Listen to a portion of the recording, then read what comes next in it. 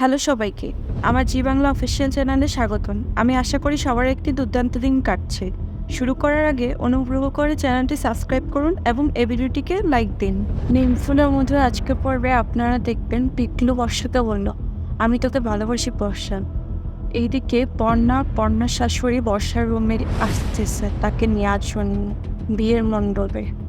আর এইদিকে বর্ষার পিকলু মিলে পালিয়ে যাওয়ার পরিকল্পনা করতেছে। পিকলু বর্ষাকে বলল, বাড়িতে সবাই কি ভাববে সেটাই ভাবছিস তো? একবার বিয়েটা হয়ে গেলে কেউ আর কিছু করতে পারবে না, বিশ্বাস রাখ আমার উপর। পিকলু বলল বর্ষাকে।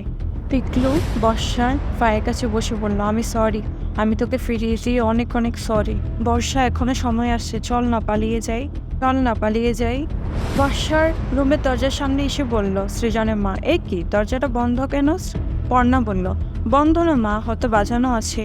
বর্ষা পিকলুকে বলল, পিকলু, আমি যেই সময় তোকে পালিয়ে যেতে বলেছিলাম সেই সময়টা চলে গেছে। একটা কথা জানিস তো, টাইমিংটা না জীবনে খুব ইম্পর্টেন্ট। যেই সময়টা চলে গেছে সেই সময়টা চলেই গেছে, অনেকটা দেরি হয়ে গেছে, এখন আর কিছু করার নেই। পিকলু বলল, বর্ষা, এটা কেন বলছিস যে আর সময় নেই? তোর তো বিয়েটা এখনো হয়নি, চল না প্লিজ, আমার সাথে চল না। বর্ষা পিকলুকে বলল, আমি যখন তোকে পালিয়ে যেতে বলেছিলাম পিকলু, তখন তুই বলেছিলি সিনেমা সিরিয়ালে হয় এইসব সব কিছু। তুই মনে হয় বুঝতে পারছিস না পিকলু, এভাবে শেষ মুহূর্তে পালিয়ে যাওয়া যায় না। পিকলু বলল, বর্ষা দেখ, আমি তো স্বীকার করছি আমি ভুল করেছি, আমার ভুল আমি স্বীকার করছি। আর সময় নষ্ট করে লাভ নেই বর্ষা, চল। বর্ষা বলল, তা হয় না পিকলু, আর কিছুক্ষণ পরে আমার বিয়ে, আর আমি এখন পালাতে পারবো না, বর এসে গেছে। এখন যদি আমি পালিয়ে যাই তাহলে বাবা মা দাদার কতটা অসম্মান হবে তুই ভেবে দেখেছিস? সেটা পারবো না রে, আমি আমার বাবাকে অসম্মানিত হতে দেখতে পারবো না। পিকলু, সব কিছুর একটা সময় থাকে, আর আমাদের এক হওয়ার সময়টা পেরিয়ে গেছে। এতক্ষণ ধরে কি করছে বর্ষা? বলেই সৃজনের মা দরজা খুলে ফেললো। দরজা খুলতেই দেখলো বর্ষা দাঁড়িয়ে আছে। বর্ষার মা বলল, কি সুন্দর লাগছে তোকে, কবে এত বড় হয়ে গেলি দাদার মতো? পর্ণা মনে মনে ভাবতেছে, যোগ্য দাদা, বর্ষা তো একদম ভালো নেই। আমি তো সবটাই বুঝতে পারছি, কিন্তু আমি তো কিছুই করতে পারছি না, আমি যে নিরুপায়। সৃজনের মা বলল, দে হাতটা দে। নজর কেটে দিল বর্ষার হাতে কামড়ে। পর্ণা বলল, চলো বর্ষা, শুভ দৃষ্টির সময় হয়ে গিয়েছে। সৃজনের মা বলল, নিয়ে এসো তুমি ওকে, পর্ণাকে। আমি আসছি। পর্ণা বর্ষাকে নিয়ে যেতে লাগলো। অপরদিকে বর্ষার রুমে দরজার পাশে বসে পিকলু কান্না করছে।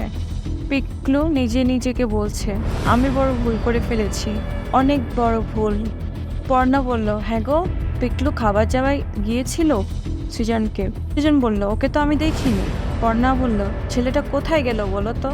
বলার পরে আমি ওর ঘরে গিয়েও দেখলাম ও তো ঘরেও ছিল না। সৃজন বলল, দেখো পর্ণা, আমি তো তোমার মতো এত মানুষ চিনি না। পিকলু যাই বলুক না কেন, আমার কেন মানে মনে হচ্ছে ওর ভিতরে না অনেক কিছুই চলছে। পর্ণা বলল, দেখো আমি ওকে তো জিজ্ঞাসাই করলাম, ও তো আমাকে কিছুই বলেনি। সৃজন বলল, ওকে নিজের মতো থাকতে দাও। পর্ণা বর্ষার রুমে সিঁড়িও খুঁজতে এসে দেখে পিকলু দরজার এক কোণায় বসে কান্না করছে। পিকলুকে দেখে উঠে বসালো। পর্ণা বলল, পিকলু, কি হয়েছে তোর? কি হয়েছে বল না আমায়। পিকলু বলল, দিদি, আমি বড় ভুল করে ফেলেছি দিদি, বিশাল বড় ভুল করে ফেলেছি দিদি, আমাকে বাঁচা। পর্ণা বলল, কি হয়েছে পিকলু, বল না আমাকে। আমি তো প্রথম থেকে বুঝতে পেরেছি তুই কিছু একটা লুকাচ্ছিস আমার থেকে। কি লুকাচ্ছিস আমার থেকে, বল। পিকলু বলল, দিদি, আমি বর্ষাকে খুব ভালোবাসি দিদি। পিকলু বলল, তুই বিয়েটা আটকে দে দিদি, প্লিজ দিদি। আমি মিথ্যে বলেছি তোদের, কিন্তু আমি এটা সহ্য করতে পারছি না, আমি বর্ষাকে এভাবে দেখতে আর পাচ্ছি না দিদি, কিছু একটা কর দিদি, আমি বর্ষাকে অন্য কারো হতে দেখতে পারবো না দিদি, পারবো না আমি দিদি। পর্ণা বলল, তুই কথাটা বর্ষাকে বলেছিস? পিকলু বলল, বলেছি দিদি, কিন্তু ও আমাকে ফিরিয়ে দিয়েছে, ও বলেছে আর কিচ্ছু হওয়া সম্ভব নয়। পর্ণা ভাবতে লাগলো কি করা যায়। পর্ণা বলল, বর্ষা তো এমন কথা বলার মেয়ে নয়, তাছাড়া আমি তো সৃজনদা, আমরা তো তোদের দুজনের সাথে আলাদাভাবে কথা বললাম পিকলু, তখন তো বর্ষাই আমাকে বলল যে তুই নাকি ওকে ভালোবাসিস না। আচ্ছা পিকলু, তুই তো আমাকে ঠিক একই কথা বললি। পিকলু বলল, ভুল করেছি দিদি, মিথ্যে বলে আমি বড় ভুল করেছি দিদি, নিজের ভালোবাসাটা অন্য কারো হওয়াটা যে এত কষ্টের, ওটা কঠিন, চোখের সামনে এসব দেখে আমি সহ্য করতে পারছি না দিদি। ভেবেছিলাম আমি নিজেকে শক্ত করতে পারবো দিদি, কিন্তু আমি নিজের কাছেই নিজে হেরে যাচ্ছি। আমি বর্ষাকে এভাবে দেখতে পাচ্ছি না দিদি। এই বিয়েটা আমি কিছুতেই মন থেকে মেনে নিতে পারছি না আমি। পারছি না দিদি। পর্ণা অবাক হয়ে ভাইয়ের দিকে তাকিয়ে থাকলো। পর্ণা বলল, কিন্তু পিকলু, আমি তো তোকে গায়ে হলুদের সময় বারবারই জিজ্ঞেস করলাম, কিন্তু তখন তো তুই কিছু বললি না। কি হয়েছে বল আমাকে, কি হয়েছে? কিছুই বলিসনি তুই। কিন্তু কেন বললি না ভাই আমাকে তুই? পিকলু বলল, তোর জন্য দিদি। পর্ণা বলল, আমার জন্য মানে কি হয়েছে খুলে বল। পিকলু বলল, আমি ভেবেছি আমি যদি বর্ষাকে বিয়ে করতে চাই তাহলে তোর শাশুড়ি তোকে কথা শোনাবে, সব সময় তোকে খোঁটা দিবে, বাড়িতে অশান্তি হবে, তোকে শান্তিতে থাকতে দিবে না তোর শাশুড়ি। এই জন্যই আমি এসব করেছি। তার উপর ডাক্তার তোকে স্ট্রেস নিতে বারণ করেছে। তার মধ্যে আমি কিভাবে তোর শাশুড়ির কাছে তোকে ছোট করাই, কিভাবে তোর শাশুড়িকে দিয়ে তোর সাথে ঝামেলা লাগাই, কি করতাম বল?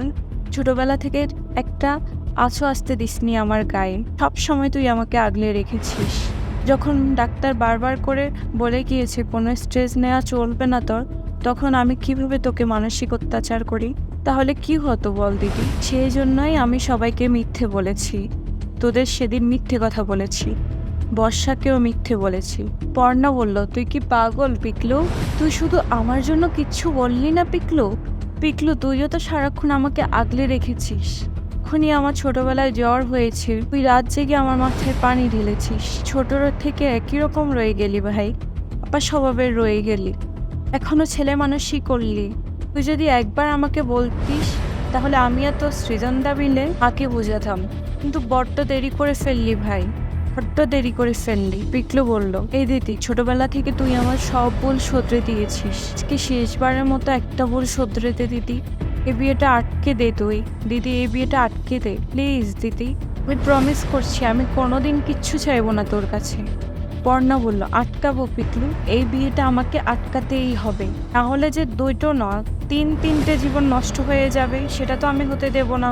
ওর, বর্ষার আর অর্ণবের, সেটা হতে পারে না ভাই, বিয়েটা আমাকে আটকাতেই হবে। এদিকে পর্ণা জেঠি বলল, এই লজ্জাবস্ত্রটা কোথায় রুচি? রুচি বলল, ছোট কাকি তো পর্ণাকে বর্ষার ঘরে পাঠালো, পর্ণা আনতে গেল তো মা, এ তো নিজেই বলল বর্ষার ঘরে ফেলে এসেছে। জেঠি বলল, কোথায় পর্ণা? এদিকে সৃজনের ছোট কাকি লজ্জাবস্ত্র পেয়ে গেছে, চিল্লিয়ে বলল, পর্ণা চলে এসো, লজ্জাবস্ত্র পেয়ে গিয়েছি, তাড়াতাড়ি আসো।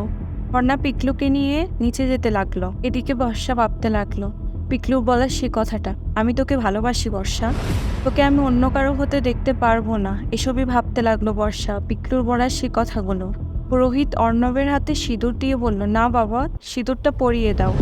অর্ণব পুরোহিতের হাত থেকে সিঁদুরটা নিয়ে যখনই বর্ষার মাথায় দিবে সিঁদুর, আর এদিকে পর্ণা পিকলুকে নিয়ে আসলো।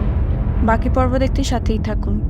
চোখ রাখুন আমাদের জি বাংলা অফিসিয়াল চ্যানেলে। ধন্যবাদ। ভিডিওতে লাইক, কমেন্ট এবং চ্যানেলে সাবস্ক্রাইব করতে ভুলবেন না।